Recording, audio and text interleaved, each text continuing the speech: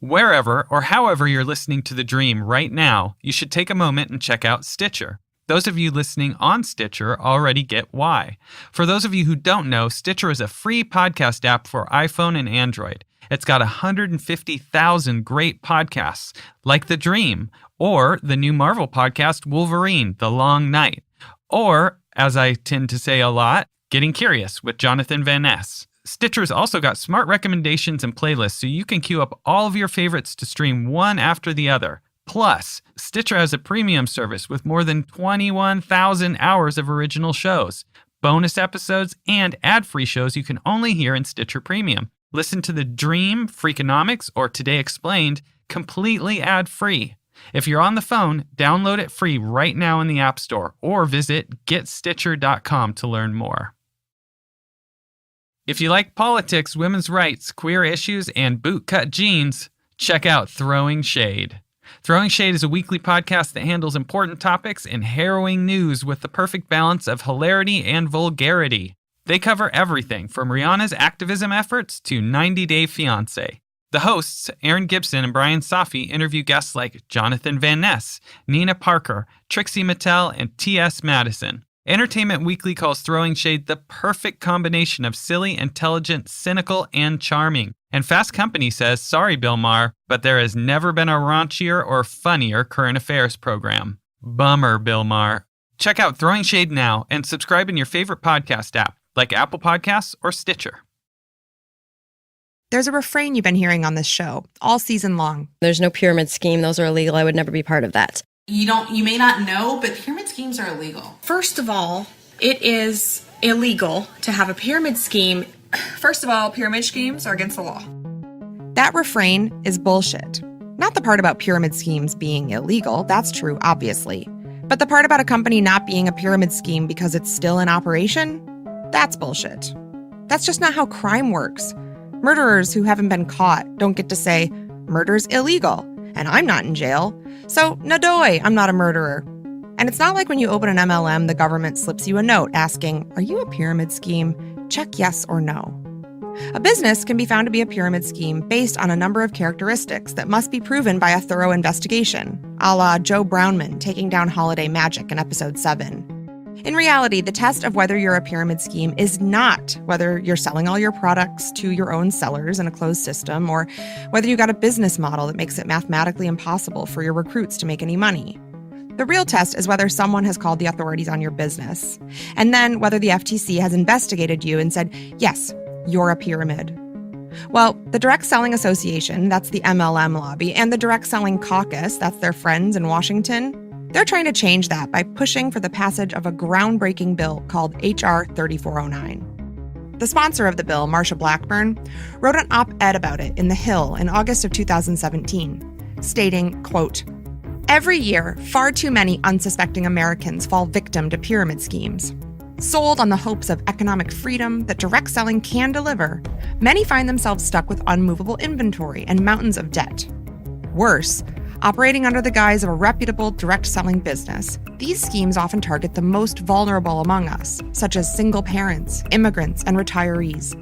She continues, I have long said that the fundamental goal of American government is to protect the people and to make sure they are provided with the environment to succeed. These illegal get-rich-quick schemes hurt unsuspecting consumers and aspiring entrepreneurs, and they need to be stopped. After hearing Marsha's take, you'd think we'd be all for this legislation, right? Well, no. Because this bill that sounds ever so much like it's trying to protect consumers, in fact, if it passed, it could prevent the FTC from ever shutting down another MLM. I'm Jane Marie, and this is The Dream, episode 11. And that's when I woke up.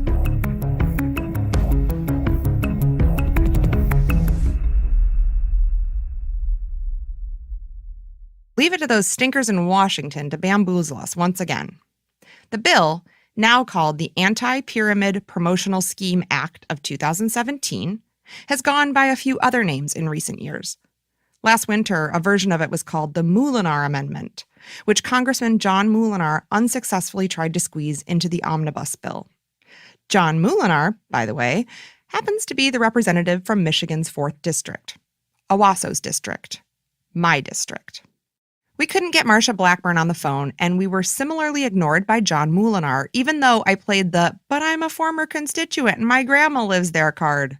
So here's Dan to tell us what H.R. 3409 is all about.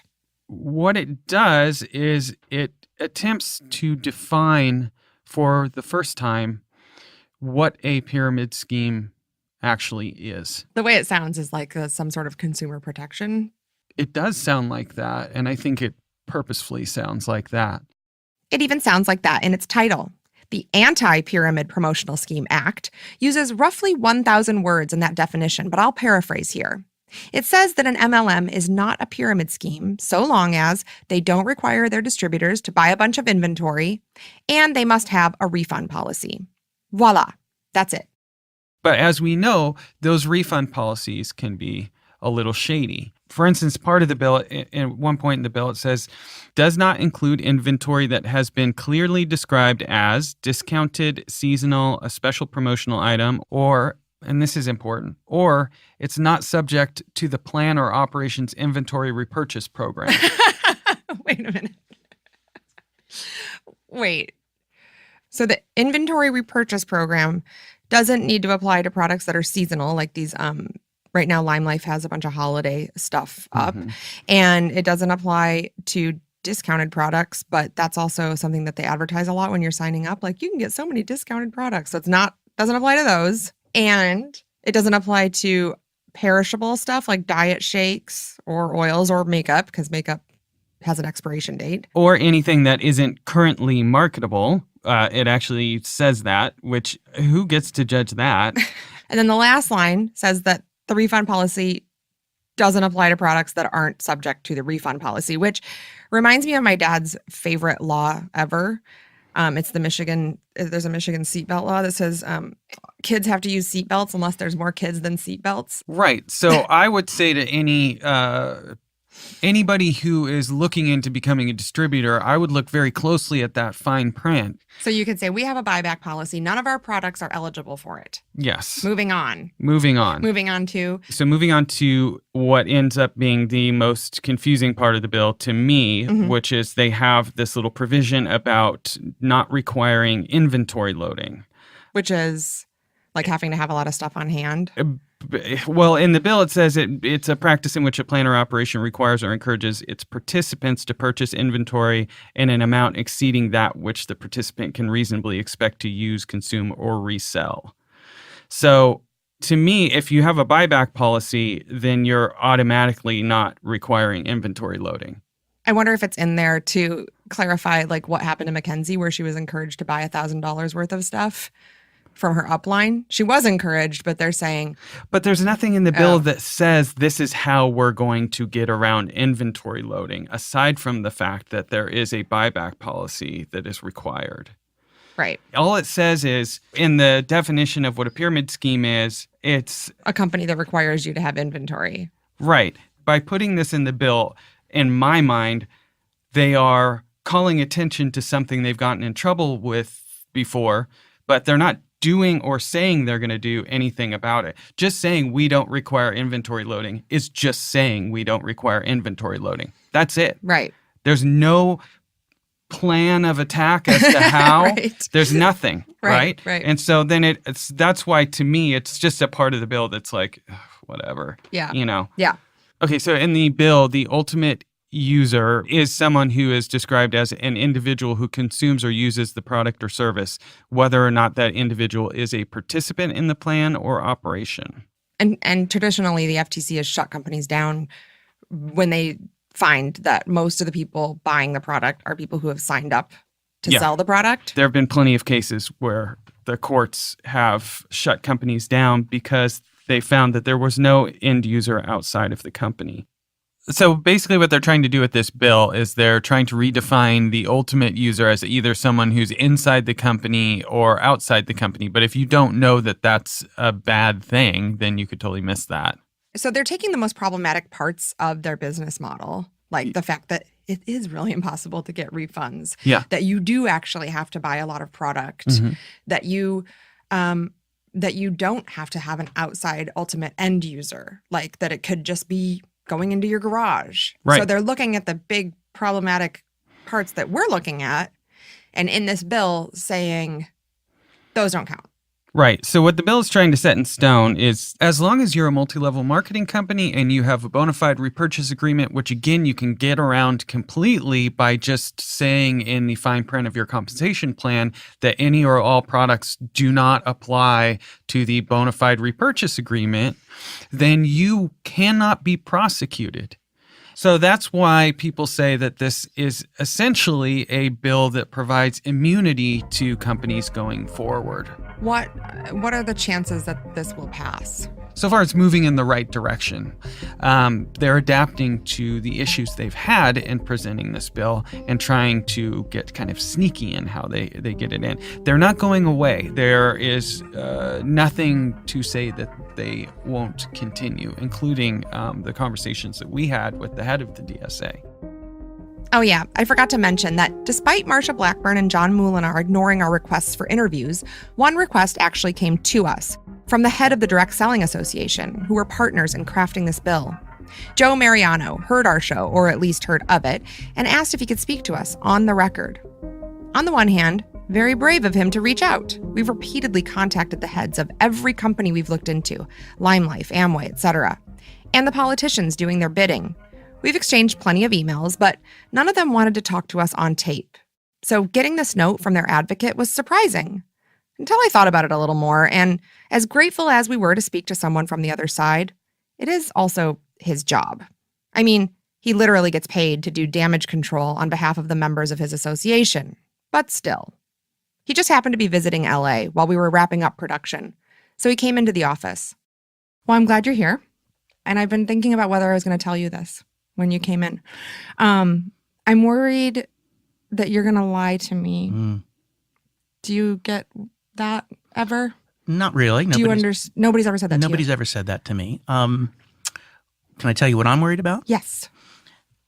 To be honest, I'm worried that in a broadcast or a podcast like this, where my words can be taken out of context, that you won't necessarily lie to me, but you won't accurately represent the thrust of what I'm trying to say. On a personal level, one's honor is important to me, as hopefully it is to everybody. And there are two things that I really don't like. Okay. I don't like being lied to, and I don't like people thinking that I'm lying to them. Right. So I do my best to convince them Great. that even if we disagree, that at least you know that I think I'm telling the truth. Great. Joe has been with the DSA for over 30 years. Today, about 200 companies are members of the organization, and they include many we've reported on. Amway, Mary Kay, Herbalife, Avon, 31, and even that landline video phone company at the center of the lawsuit against Trump, ACN. Current members. So here we go, our chance to hold the industry's feet to the fire. And just a warning, Joe isn't a politician, but he has his talking points and rhetorical acrobatics down. I don't know if he was on the high school debate team, but I wouldn't be surprised. Our mission as an association is not only to represent the interests of those companies, but to represent the interests of the individual sellers or people who sign up with those companies to sell in the marketplace. And indeed, a lot of my interaction is with members of the field. For example, a few weeks ago, well, I guess it was a month or two ago now, we had about 150 to 200 individual sellers come into Washington, D.C. and tell their stories to members of Congress and others as individual sellers, regardless of the companies. Where were they in the company? They're junior sellers. Some of them are more senior sellers who've been successful. They were chosen by the companies Right, so they weren't to come in. They weren't people who were failing. Well, no. They weren't the majority of people who... Well, actually, no. I won't put it that way. You use the word failing, so that's I know one of the issues that we want to get to. There are actually a lot of motivations for people to be involved in direct selling. And How do you know that? We do a couple different surveys. We do Salesforce surveys where we go out and talk to the people who were involved in direct selling. How are those or have people been involved. selected? Through a variety of mechanisms. In the National Salesforce Survey, which is the one we're talking about, the companies will provide us with a pool of names. So it's self-selecting. Absolutely, it is self-selecting. But that's the implication of your question is that, okay, we're only talking to successful people. The reality is no. If we look at the statistics, of the folks who are involved in direct selling, and that's the term I used, involved in direct selling, you will see that we've actually begun to do a much better job as both an industry and as individual companies in segmenting the sales force in terms of their motivations, why they're involved in the business, what they're trying to do in the business.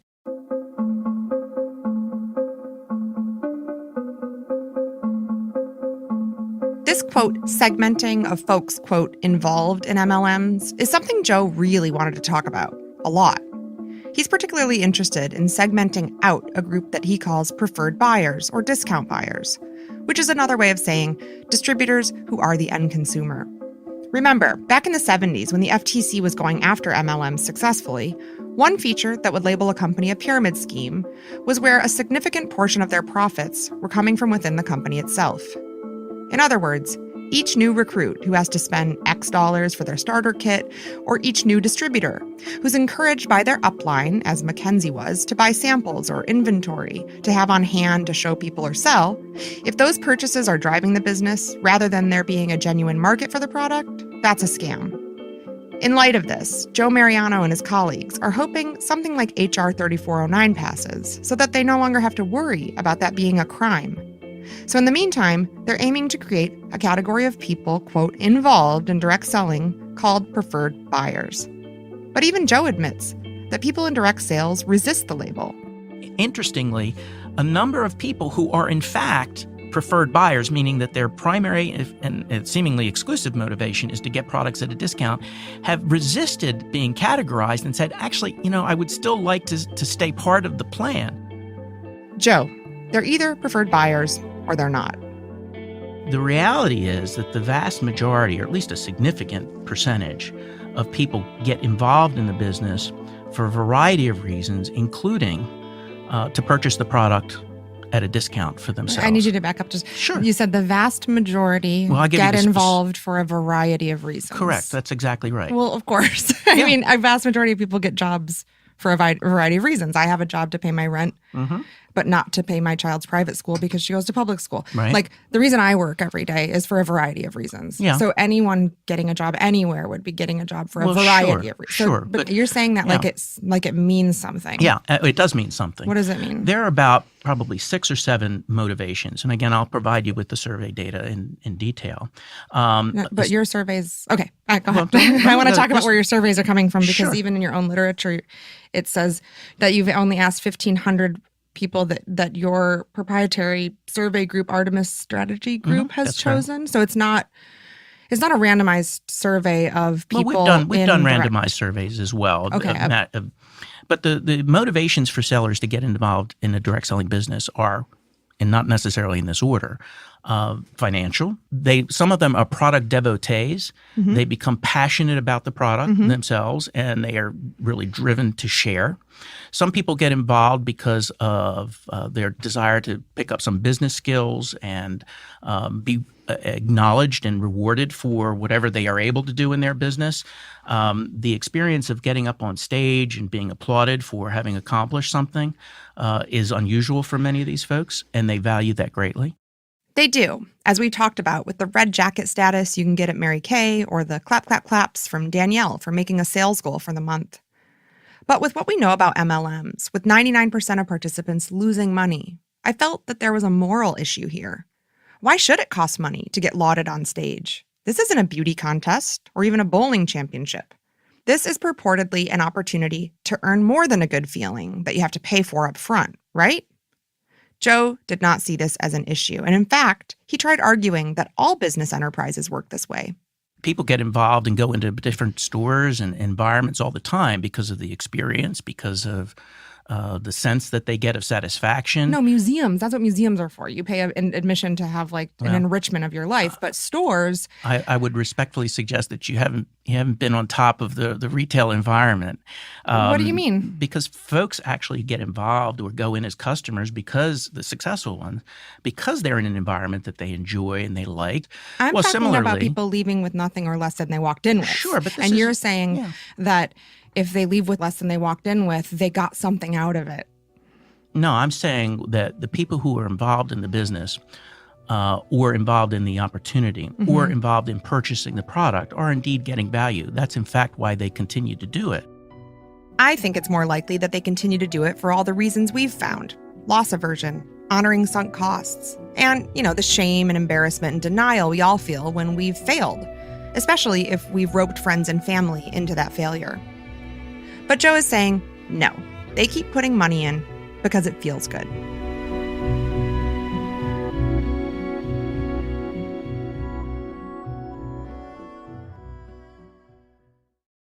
Robinhood is an investing app that lets you buy and sell stocks, ETFs, options, and cryptos, all commission-free. So even if you are a stock market newcomer, you can invest for the first time with true confidence. While other brokerages charge up to $10 for every trade, Robinhood doesn't charge commission fees, which means you can trade stocks and keep all of your profits. And with a clear design and easy-to-understand charts and market data, Robinhood lets you place a trade on your smartphone in just 4 taps. Or if you're on the web, you can view stock collections like the 100 most popular, as well as sectors like entertainment and social media, and more curated categories like female CEOs. Plus, you can discover new stocks and track favorite companies with a personalized news feed, and get custom notifications for price movements, so you never miss the right moment to invest. Robinhood is giving listeners a free stock like Apple, Ford, or Sprint to help build your portfolio. Sign up at thedream.robinhood.com. That's thedream.robinhood.com. When you think of the perfect gift, I'm guessing you don't think of an electric toothbrush. But the Quip electric toothbrush is one of the most gift-guided gifts of the season, and here's why. It's perfect for everyone with a mouth, and it's something they'll use twice a day. Plus, with a multi-use cover that mounts to mirrors and unmounts to slide over the bristles, Quip makes holiday travels clean and easy. And with sensitive sonic vibrations, it's gentle enough for sensitive gums, and I can vouch for that. It is very gentle. Better yet, the built-in timer pulses to remind you when to switch sides. I got a Quip a couple months ago, and I think you've heard me say that I like it a lot, which I do. It is extremely gentle, but it makes your teeth feel very, very clean. And I do love the mirror mount, which I had no idea unmounted to slide over my bristles. So this is new information for me as well. That's exciting, and that is why I love Quip. There is always something new to discover. And it's why they have over 5,000 verified 5-star reviews. Quip looks like a big-ticket tech gift, but with a stocking stuffer price, starting at just $25. And if you go to getquip.com/thedream right now, you get your first refill pack for free with a Quip electric toothbrush. But you certainly don't have to tell your giftee that. I recommend you don't. That's your first refill pack for free at getquip.com/thedream. That's GETQUIP.com/thedream.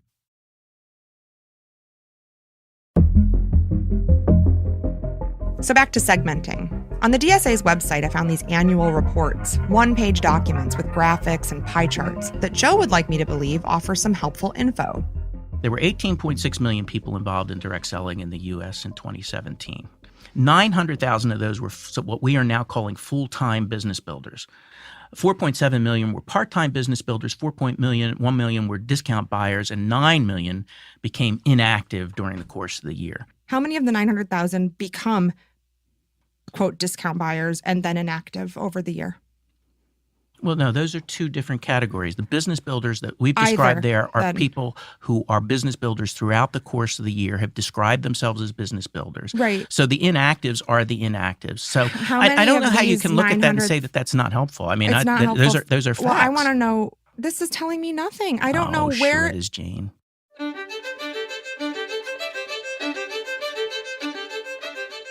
The point I was trying to get at was that a snapshot of how people self-identify at any given moment says nothing about their behavior or experience. Folks who become inactive over the course of a year, half of all participants according to Joe's numbers and a hell of a lot more according to others, those people may have started out hoping to earn a living, but couldn't, and gave up after investing God knows how much money. And those claiming to be full-time business builders, the pie chart doesn't tell me if that's working, if they're earning any money at all. Collecting that data would be helpful and useful information, if it mattered at all to these companies' bottom lines. But it doesn't. I tried again to get Joe to address this, and that's when Joe blew my mind by redefining another term. How many people who are attempting a full-time job in an MLM become inactive? First, it's not a job, number one. It's not a job. But it's not a job. It is an activity. Okay, so this entire season has been just some silly dream we had. MLMs are like bowling or beauty contests. That's funny because the whole time, based on promotional materials and videos and interviews we've done with countless people in the industry, we were under the impression that this was a business opportunity, a way to make money, a job. And we weren't the only ones. Michelle Gay of Lime Life and countless other pushers of this model think so too. You know, direct sales is work. It is amazingly rewarding work, and it's work you can do during flexible hours. This is network marketing. It's not net sit marketing. It's not net play marketing. It's not net think about it marketing. It's not net one day I'll get to it marketing. It's net work marketing. And most people miss the W, the work part. Share with everybody and start, making tons of money like myself while staying home with your kids, never missing a moment with them. So I'm working less and I'm making 3 times the amount of income, y'all. 3 times the amount of income, almost 4. And leaders who are making the big bucks, they never stop going to events. They're always constantly learning. I recognize how, strategic and smart and savvy and hardworking this group is. And as a result, I make sure that our sales field is paid their worth. It's not employment. This is a direct selling activity. Why do you like this business model? I think that you, and perhaps others, with all due respect, have fallen, and your skepticism is probably indicative of this. I think you've fallen into a little bit of a trap. And the trap is being skeptical of the business model only because it's a little bit foreign to you. It's not foreign to me. And I think you came at it with a degree of skepticism, if I could suggest that.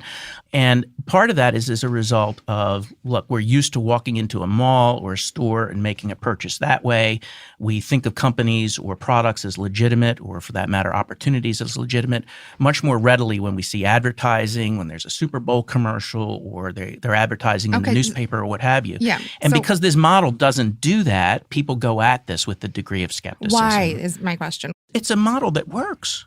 For whom? It works for the companies. It works for individuals who are getting involved. It works for people that I have met and spoken to. And I think if there's one flaw in the way that our business model has been structured over the years, is that we were too attentive to the distributors in the sales force and not aware enough of who those ultimate consumers were when they were outside of the sales plan. Well, doesn't that seem backwards in a capitalist society? That seems like the first thing you'd be concerned with is who's buying at the end. I think it's one of the things that has been unique about the model, and it's been one of the things that has been the least understood and is still the least understood, and why, in fact, today, as a result of the attention that people like you and others have given the model and the lack of understanding, is that there is a clear movement and a clear understanding on the part of certainly DSA members that we collectively have to do a better job in making sure that we can establish without question that people outside the plan are using the product, or that people inside the plan are in fact using the product,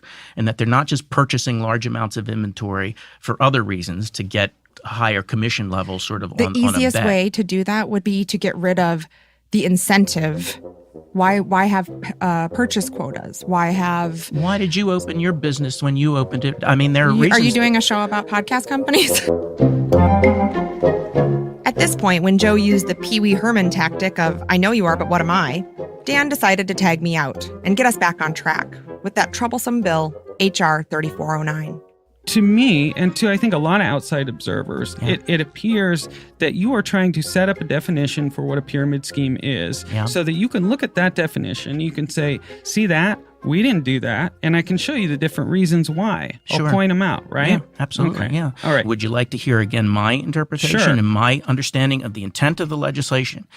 It is to make sure that when an individual who's involved in the plan also personally uses the product, and or their sales organization, members of their sales organization, use the product legitimately for their own use and receive some. But there's no way to track whether they're doing that. Can I finish my statement? I have to interrupt and say there's absolutely no model. There is no way to make that distinction? How would Well, you first of all- possibly be able to tell whether someone is buying something First, to try and hit a commission or whether someone is buying something I for would personal use? send you back to some of your research and look at some of the actions that have been taken against pyramid schemes when there have been very clear factual situations that have been alleged by the prosecution and ultimately in some of them proven in some of those circumstances that people were in fact claiming to use the product themselves, but were not. And law enforcement was clearly able to identify the fact that these people were not using that product. If a person is purchasing $1,000 worth of toothpaste each month and suggesting that they are using it for personal use,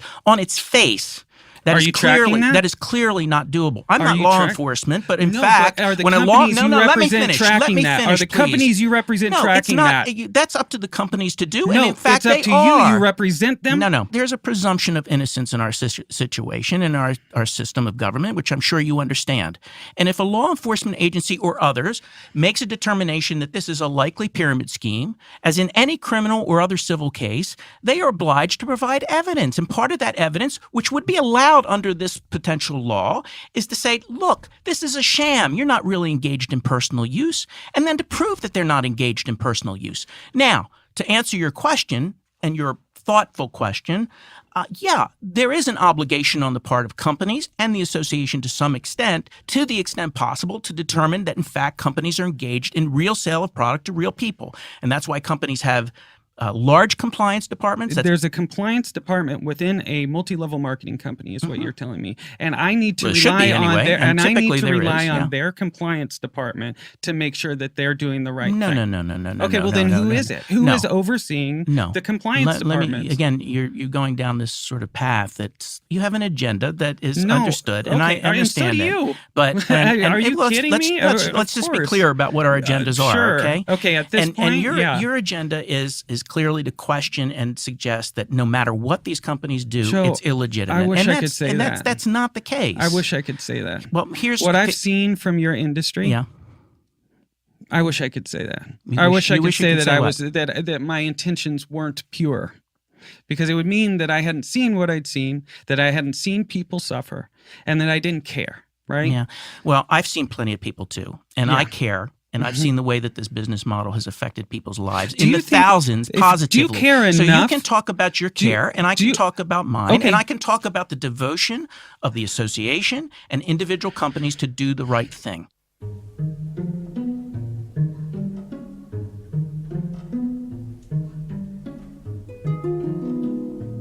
As frustrated as I was with our chat, I gotta say, Joe was a real trooper. He stuck around for 2.5 hours and was gracious in the face of me basically refuting every claim he made. Because we have evidence contradicting almost every claim he made. But Joe, for sitting and talking with us, we are very grateful. We have heard nary a peep out of proponents of this business model. Why do you think that is? I don't know. It's a good question. Maybe, have not maybe heard- nobody's paying attention to it. Ouch. We did hear via email from Michelle Gay of Lime Life, and she mostly expressed irritation that we didn't include her in the show from the start, before we began investigating her company. Given that Lime Life doesn't seem to be super up on their ethics in general, we patiently explained to her how that would have been unethical. We can't do an honest, candid exploration of how a company does business by first telling the company that we're looking at them. Once we saw what we saw, we reached out. Had we come up with nothing, then she'd have nothing to worry about, in which case I'm guessing she'd be happy to talk to us. We wrote Michelle back, begging her to prove us wrong, to stand up for her workforce, honor and defend her company and her products and her business model. We asked for numbers. How many beauty guides are there and how many lose money? How much money does she make, etc.? She responded that we should guess. Quote, "Here's my question to you. What percentage of each dollar goes to the commission payout, to gross profit margin, and to me? Given this anger you seem to harbor, I assure you that you're wrong." Okay, I'm not going to guess how much money you make, Michelle. Amway also got back to us, but the communication broke down when they began offering hearsay evidence to counter our claims. For example, remember the Amway rules that Van Andel and DeVos presented as a defense during the FTC trial? Amway claims those rules were always in place, from the beginning. But the two people who would know for sure are dead. So we asked for some sort of proof, some documentation. They provided none and wished us luck. Not one company came to us with any evidence that our findings, or those of Robert Fitzpatrick or John Taylor or any of the experts we referenced, were wrong. They all offered lines like, "This is sensationalism, not journalism," and "Our sales force is happy." And then, sliding all the way down the pyramid-shaped business model thingy we're looking at, to the folks at the bottom, surely those folks on the ground, the ones Joe and all the MLM owners keep telling us are super content and successful and not complaining because there's nothing to complain about, surely those testimonials would pour in, whether true or not. But nope. Of the thousands of tweets, reviews, and emails we've gotten, we've counted around 10 anonymous notes from people claiming to be currently happily involved with an MLM. We'd gone into this hearing horror stories of cease and desist orders or defamation suits, but all we heard were crickets. That may be in part due to our impeccable reporting, but we also found out via private message on our Facebook page that LimeLife conducted a Facebook Live event for their beauty guides, in which the owner, Michelle, directed her minions to ignore us, to stick with her, believe only her, and carry on, business as usual. Which, if you've ever watched a cartoon, is exactly the sort of directive you'd expect from an evil genius facing a worthy opponent. Here's the thing I do know. The losses, be they large or small, depending on who you ask, suffered by folks who get into MLMs, they aren't total losses. I mean, they are to them, and much of the time, those losses are on a balance sheet as credit card debt, which compounds with interest. But I say they aren't total losses because someone has that money. To someone else, that's a gain. And that someone else is whoever is sitting at the top. Your credit card debt is in their coffers.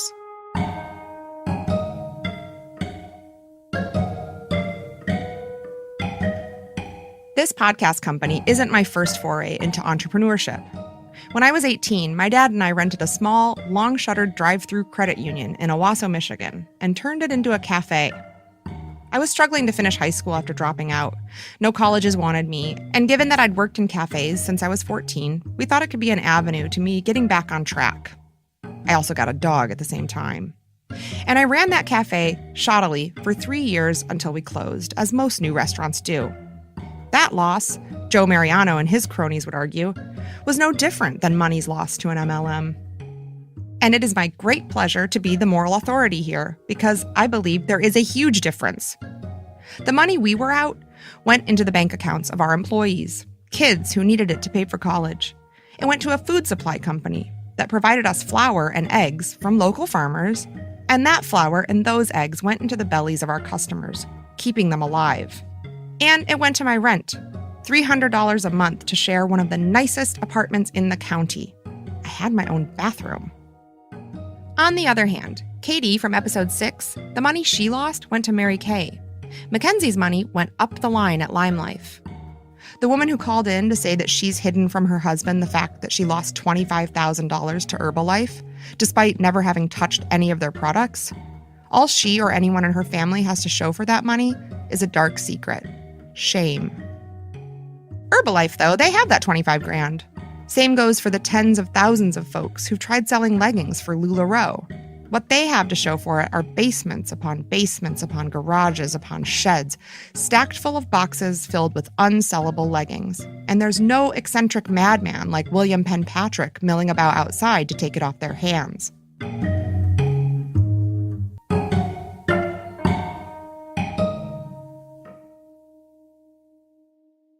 So what can we do? Start talking.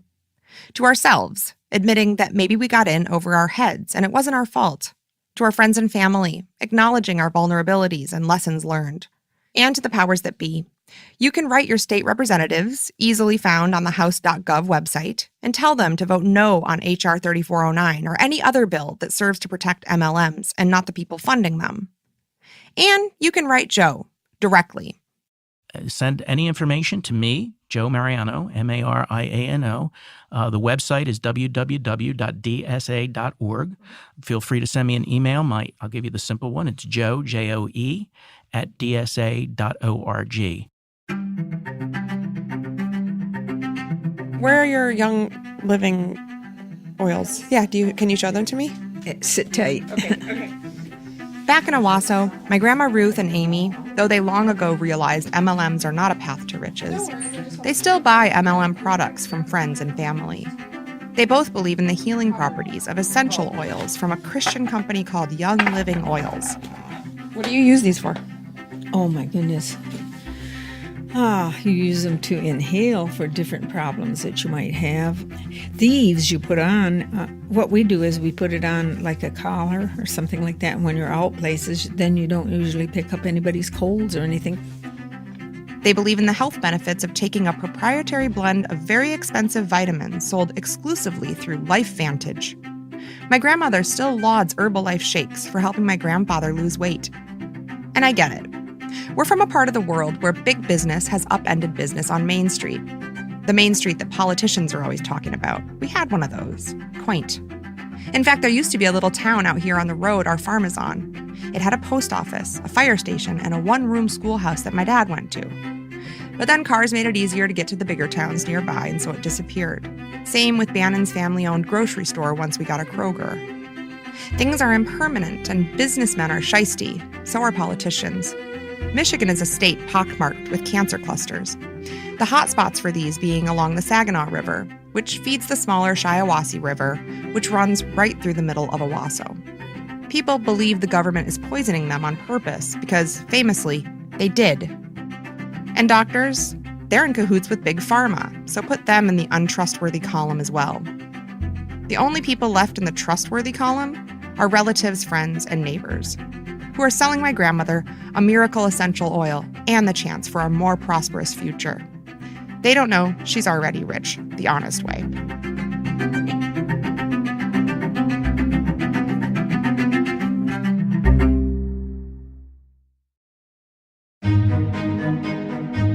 That's it for this season of The Dream. But don't worry, we'll be back soon with another season. It won't be about MLMs, but it will be about something just as fun. If you have topics you'd like us to cover, please send us an email at thisisthedreampodcast@gmail.com. The Dream is a production of Little Everywhere and Stitcher, written and reported by me, Jane Marie, Dan Gallucci, Mackenzie Kassab, Lyra Smith, and help from Claire Rowlinson. We're edited by Peter Clowney. Our fact checker is Michelle Harris. The Dream is mixed by Mike Richter. The Dream is executive produced by Laura Mayer, Chris Bannon, Dan Gallucci, and me. Special thanks today to Bill Irwin, Shirley Liu, Ron Gaskill, Amy Fitzgibbons, Dave Giles, Jordan Bell, Stephanie Kariuki, Matt Most, Christine Richard, Michelle Solarier, Doug Brooks, Bruce Craig, and once again, Robert Fitzpatrick. We appreciate you subscribing, rating, and reviewing the show wherever you listen.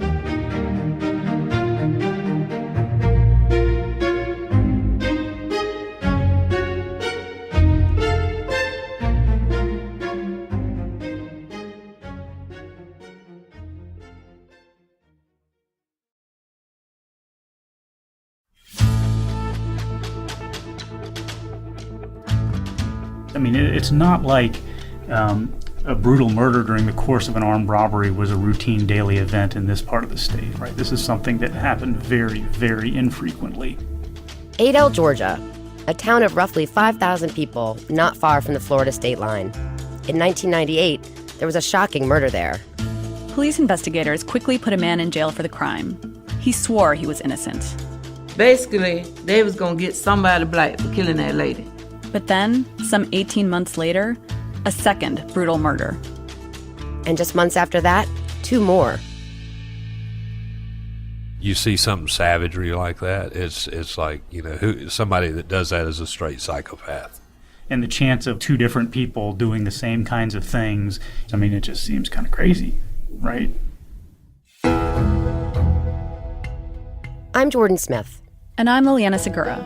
We're reporters for The Intercept. Together, we have more than 30 years of experience investigating wrongful convictions. We know how they happen, and how putting the wrong person in prison for murder means a killer goes free. Murderville, Georgia. Subscribe now on Apple Podcasts or wherever you listen.